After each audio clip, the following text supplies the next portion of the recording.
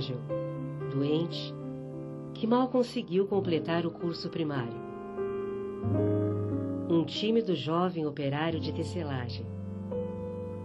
Um modesto funcionário público que nunca faltou ao trabalho. Um homem extraordinário, figura humana exemplar, amoroso e solidário.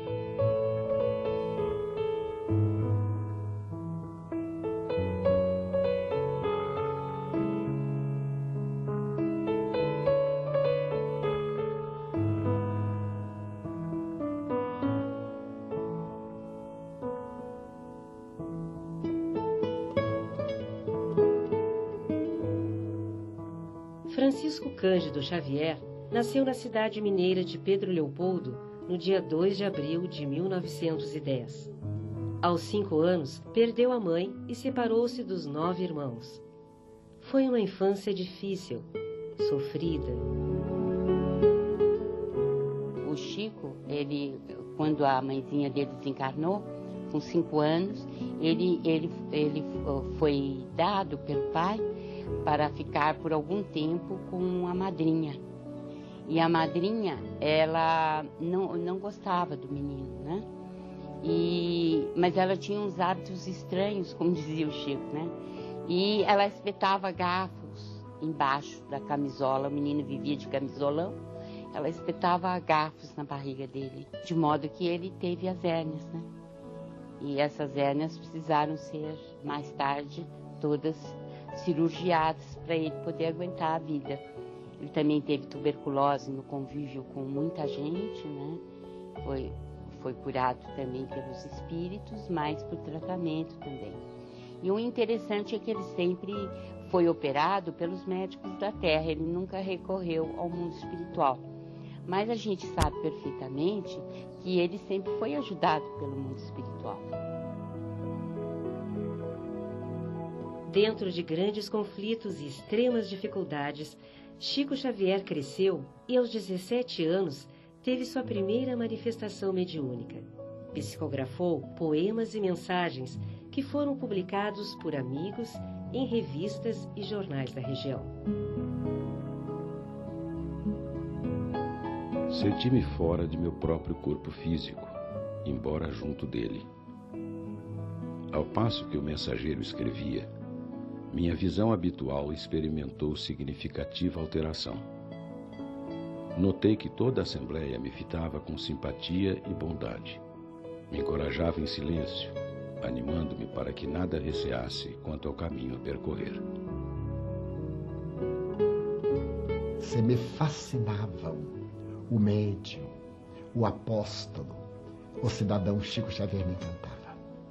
A sua jovialidade, a sua infinita alegria de viver, o seu bom humor, a capacidade de fazer humor em referência a si mesmo, a jovialidade com que ele tratava todas as pessoas, dava-nos a todos a sensação de sermos muito importantes. Além de ser um homem afável e bom, era também um homem enérgico, severo quando necessitado, mas sempre gentil. Era um homem de bem, conforme está descrito em o Evangelho segundo o Espiritismo. O homem feliz, mesmo nas suas grandes dores. Foi a pessoa mais humilde que eu conheci. E a humildade é impactante, porque só quando a gente convive com alguém assim, é que a gente tem a dimensão da evolução espiritual. Em sua trajetória humanística, Chico Xavier atendeu milhares de pessoas de todo o país, que semanalmente lotavam sua casa em Uberaba, no Triângulo Mineiro.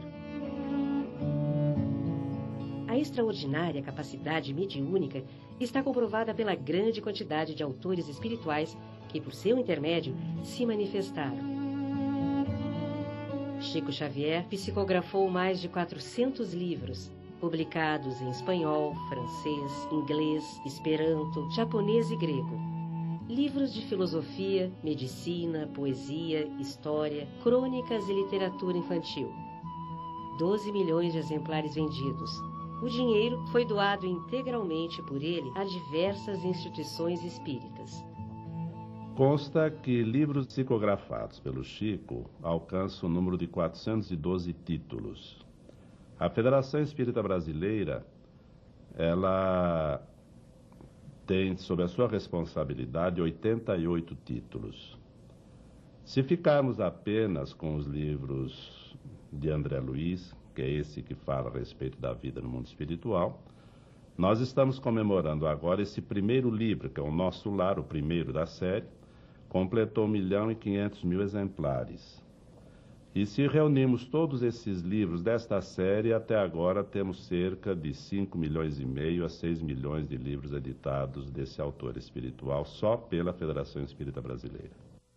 Os livros não me trouxeram dinheiro e nem me dão dinheiro, mas me trouxeram aquilo que eu considero muito acima do dinheiro, que é a amizade de muitos amigos, um verdadeiro tesouro de amor. Amor ao próximo e desinteresse com os bens materiais. Chico Xavier sempre direcionou sua vida para a preocupação exclusiva e constante com a felicidade do ser humano. Ricos, pobres, velhos, crianças, homens e mulheres de todos os níveis sociais. Esquecia-se de si mesmo. Sempre que ele se referia ao casamento, ele dizia que nunca tinha tido tempo para casar. Porque a pessoa que se casa, ela tem compromissos com a família e não pode dizer, depois que casou, que não vai assumir esses compromissos em nome da doutrina.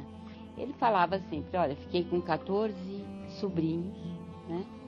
6 irmãos para ajudar a criar. Então, eu nunca tive tempo para formar um lar. E mesmo que eu tivesse, não é recomendável pelo tipo de tarefa que eu abracei. Desde criança, a figura do Cristo me impressiona. Ao perder minha mãe, conforme os ensinamentos dela, acreditei nele, na certeza de que me sustentaria. E Jesus sempre esteve e está nas minhas lembranças. Um protetor poderoso e bom, sempre perto, cada vez mais atuante e vivo. Chico sempre esteve do lado dos que doem, dos que sofrem, dos que choram, no momento de dor. Ele sempre falou isso.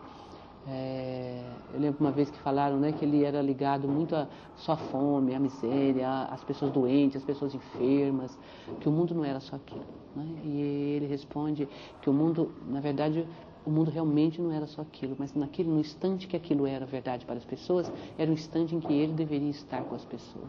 É grande o número de famílias que receberam o consolo de informações de parentes que haviam desencarnado e que, junto ao Chico, recebiam comprovações da sua existência, de que continuavam existindo, mostravam interessados em acalmar os familiares, ressaltando junto a eles que o afeto continuava, que os vínculos familiares continuavam a existir e que a ausência do corpo físico nada representava nesse aspecto, a não ser a ausência física, mas os vínculos espirituais continuavam.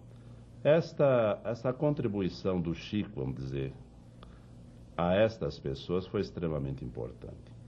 Mas o que marcou também muito a própria personalidade do Chico foi o trabalho voltado ao atendimento aos necessitados. Nós desconhecemos outras pessoas que tiveram um trabalho de difusão do Evangelho tão grande como o Chico fez no século XX. Com o passar dos anos, os problemas de saúde foram se agravando. Chico tinha dificuldade em enxergar. Sofria de angina e de tuberculose contraída no seu contato direto com o povo humilde que o procurava. Tornou-se figura de projeção planetária. Recebeu o título de cidadão honorário de várias cidades brasileiras. Uma mobilização nacional queria candidatá-lo ao Prêmio Nobel da Paz.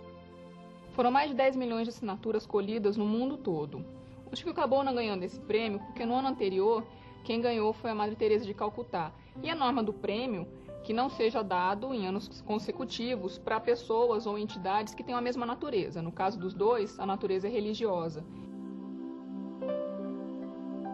Em 1976, sofreu o primeiro infarto. Ficou afastado da casa em Uberaba por apenas 2 meses. Voltou para ficar com seus fiéis e seguidores até o final da vida. Todos somos unânimes em considerar Chico Xavier a expressão máxima da mediunidade no século XX. Eu até me atreveria a dizer que durante muitos séculos, com algumas exceções venerandas, como de Francisco de Assis, Teresa d'Ávila, e de um número muito grande de apóstolos do bem, da caridade, do amor, da mística, como também outras doutrinas, mas ele conseguia unir essa paranormalidade incomum ao exemplo de amor. Então a mediunidade de Chico Xavier realmente era incomparável, porquanto ele conseguiu reunir várias faculdades em torno de si próprio e desempenhou-as todas de maneira missionária. Não apareceu, por enquanto, nenhuma frase resumindo uma filosofia correta de vida como aquela pronunciada por Jesus: amai-vos uns aos outros como eu vos amei. Chico Xavier morreu sem dor, sem sofrimento e sem aviso prévio, em junho de 2002. Morreu dormindo, aos 92 anos. Desencarnou, deixando um exemplo de bondade, amor, humildade e fé. Confia sempre. Não percas a tua fé entre as sombras do mundo. Ainda que os teus pés estejam sangrando, segue para a frente, erguendo-a por luz celeste acima de ti mesmo. Crê e trabalha, esforça-te no bem e espera com paciência.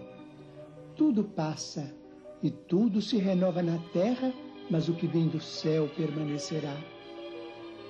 De todos os infelizes, os mais desditosos são os que perderam a confiança em Deus e em si mesmos, porque o maior infortúnio é sofrer a privação da fé e prosseguir vivendo. Eleva, pois, o teu olhar e caminha, luta e serve, aprende e adianta-te. Brilha a alvorada além da noite. Hoje é possível que a tempestade te amarfanhe o coração e te atormente o ideal, aguilhoando-te com a aflição ou ameaçando-te com a morte. Não te esqueças, porém, de que amanhã será outro dia.